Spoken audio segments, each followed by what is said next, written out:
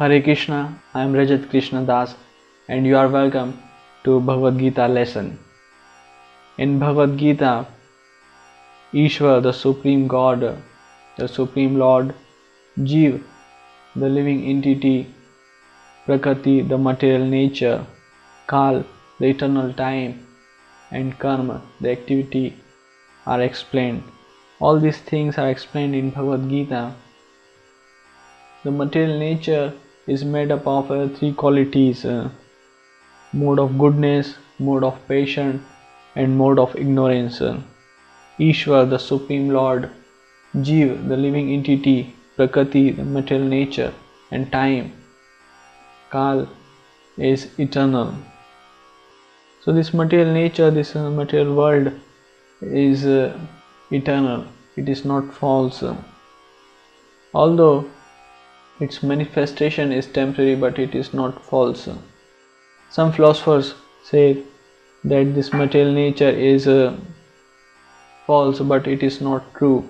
According to philosophy of Bhagavad-gétä and according to philosophy of Vaishnavas, this material nature is true, not false, but it is temporary.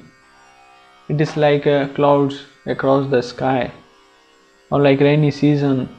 In rainy seasons there is some rain, and thus there is some vegetation, some crops, and after rainy season these crops, vegetation dries up.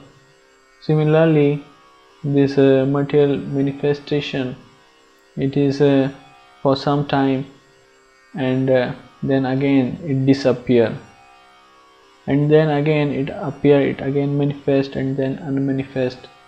So this is how it works, and in this way it is eternal, it is not false. This manifestation and unmanifestation keeps on repeating. There is a cycle of it, and thus it is eternal. Krishna, the Supreme Personality of Godhead, refers this material nature, material world as his energy, as his prakrati. This material nature is a separated energy of a Lord. Similarly, living entity jéva is also energy of Supreme Lord, but this living entity is not separated, but has eternal relationship with the Lord. So Ishvara, jéva, prakrati, and käla, Supreme Lord, living entity, material nature, and time are all eternal, and they all are interrelated. Whereas karma, activity, is not eternal.